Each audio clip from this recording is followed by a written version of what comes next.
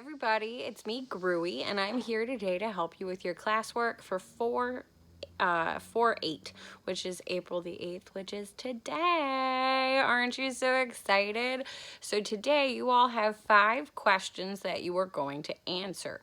These 5 questions need to be answered in 2 to 5 sentences. All right, for each question, you need to also provide 1 piece of evidence. If you go ahead and watch these videos with me today, I'm going to go over what evidence you could possibly use or some answers that you might go with when you answer your questions if you get stuck. All right, so ladies and gents, question 1 asks us, based on the poem, and we're using the same poem we used the other day. So we're still using Richard Wright's poem, Between the World and Me. So, based on the poem, what is the speaker's race? If I go and I look in that poem, which you all have the exact same poem I have, right? If I look at the poem, I see in line 31, it says, "The gray ashes formed flesh, firm and black, entering into my flesh." In line 39 or in line 40, he then goes on to say, "My voice was drowned in the roar of their voices, and my black, wet body slipped and rolled into their hands."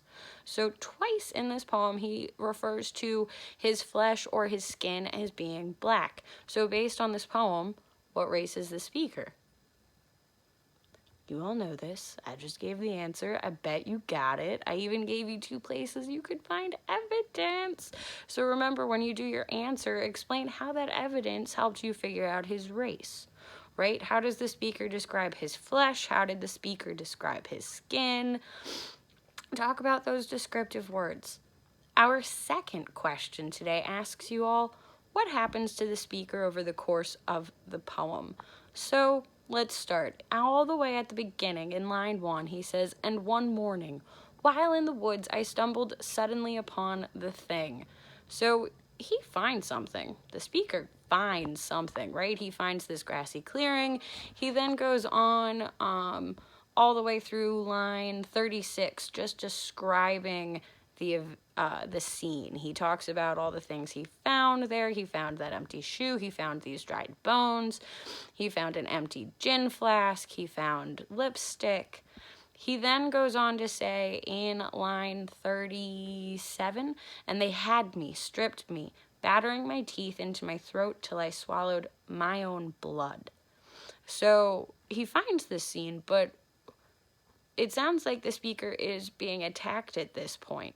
Maybe the night before, because he said in the morning he found this. So either he's finding the remains of someone and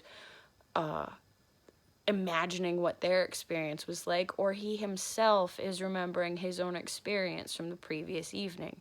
He goes on to say in line 40, "They've bound me to the sapling." It's hard to tell here if he's being lynched, meaning hung, or if he's being tied to the tree.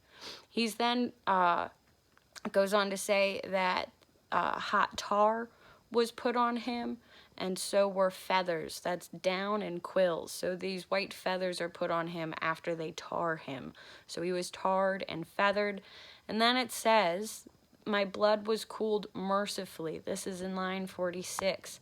"My blood was cooled mercifully, cooled by a baptism of gasoline, and in a blaze of red I leapt to the sky." So he's covered in gasoline, and then it sounds like he was possibly set on fire. He ends the poem by saying, "Now I am dry bones, and my face a stony skull, staring in yellow surprise at the sun."